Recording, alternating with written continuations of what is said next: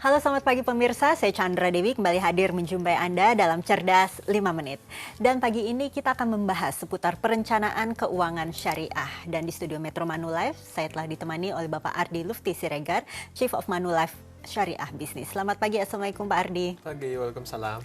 Pak Ardi, langsung saja bisa dijelaskan apa yang dimaksud dengan perencanaan keuangan syariah ini Pak? Ada 5 dalam konteks perencanaan keuangan syariah. Yang pertama, mengelola keuangan sesuai cash flow syariah. Yang kedua, kemudian mengumpulkan kekayaan melalui investasi syariah.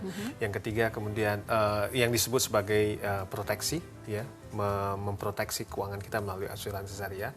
Kemudian mendistribusi keuangan kita melalui beberapa kanal yang disebut sebagai wakaf, waris, wasiat, atau hibah. Kemudian yang terakhir itu adalah membersihkan kekayaan kita melalui zakat, infak, dan sedekah. Oke, tahapan-tahapan apa saja yang mesti dilalui dalam merencanakan keuangan syariah ini? Yang pertama sebenarnya kita harus periksa, cek kesehatan keuangan kita, ya. Cek dulu flow-nya baik atau tidak, negatif, positif. Kemudian yang kedua adalah tentukan tujuan-tujuan kita ketika kita mengeluarkan ataupun menabung uang. Kemudian membuat anggaran-anggaran yang sesuai dengan apa yang kita mau keluarkan dan anggaran akan apapun yang mau kita simpan atau mau kita investasikan. Keempat, itu adalah kelola hutang. Nah, ini juga penting. Nah, kelima, tentu saja harus melindungi kekayaan kita dengan asuransi.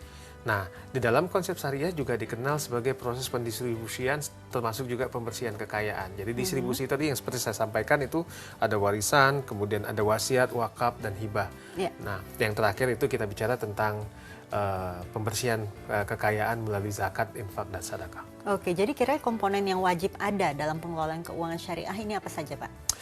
Komponen yang sebenarnya zakat, ya, zakat itu adalah wajib. Jadi itu adalah prioritas utamanya kita. Jadi kalau kita punya pasangan yang tahu bagaimana merencanakan keuangan, salah satu yang harus dimasukin itu adalah zakat.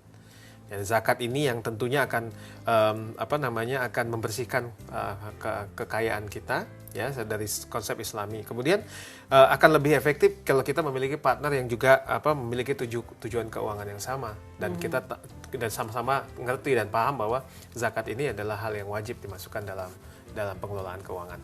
Tadi Pak Ardi juga sempat menyinggung adanya asuransi. Ini memang dimungkinkan ada komponen asuransi dalam pengelolaan asuransi syariah ini tentu ya Pak? saja, tentu saja. Dalam Islam sendiri kan sebenarnya salah satu adalah memproteksi. Mungkin ada satu cerita lah di masa Nabi Muhammad SAW pada saat itu.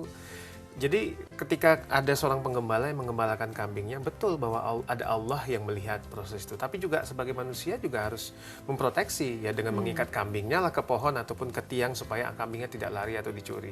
Jadi proteksi itu adalah bagian yang juga penting dalam konsep syariah dan konsep Islam. Oke, gitu. kiranya jenis asuransi yang diperbolehkan dalam asuransi syariah itu jenisnya apa Yang saja? terpenting sebenarnya akad. Jadi akadnya, asuransinya apa saja bisa, ya, mau asuransi jiwa atau asuransi umum. Yang terpenting adalah akadnya. Apakah akadnya itu sesuai dengan syariah compliance atau sesuai dengan peraturan syariah? Oke, tadi kan dikatakan mengenai perencanaan keuangan syariah. Bedanya dengan perencanaan keuangan konvensional pada umumnya ini Pak, di mana letaknya ya? Iya, selain bahwa cash flow-nya sama, proteksinya sama, investasinya sama. Mungkin yang kedua, yang dua hal yang perlu dibedakan dan sangat distintif adalah distribusi. Nah, kalau dibicara tentang pengelolaan keuangan syariah, itu ada distribusi ke wakaf misalnya, ke hibah seperti yang saya sampaikan. Yang kedua, perbedaan yang sangat mencolok itu adalah soal pembersihan dari kekayaan tersebut, which is melalui zakat, infak, dan sedekah. Oke, bagi mereka yang barangkali ingin jauh lebih dalam, ingin mengetahui mengenai perencanaan keuangan syariah, kiranya poin-poin apa saja yang harus diketahui? Iya, berapa misalnya ini standar sebenarnya, berapa anggaran yang Anda keluarkan, berapa penghasilan Anda, berapa yang harus Anda keluarkan, berapa zakat yang Anda harus berikan, berapa biaya rutin, biaya bulanan yang Anda harus keluarkan setiap bulan, itu yang Anda harus kelola dengan baik, dan berapa investasinya. Nah, itu yang harus Anda miliki untuk bisa mampu secara basic, secara mendasar mengetahui bagaimana mengelola keuangan syariah. Baiklah, Pak Ardi, terima kasih banyak atas informasinya ya Pak ya, dan juga kehadirannya.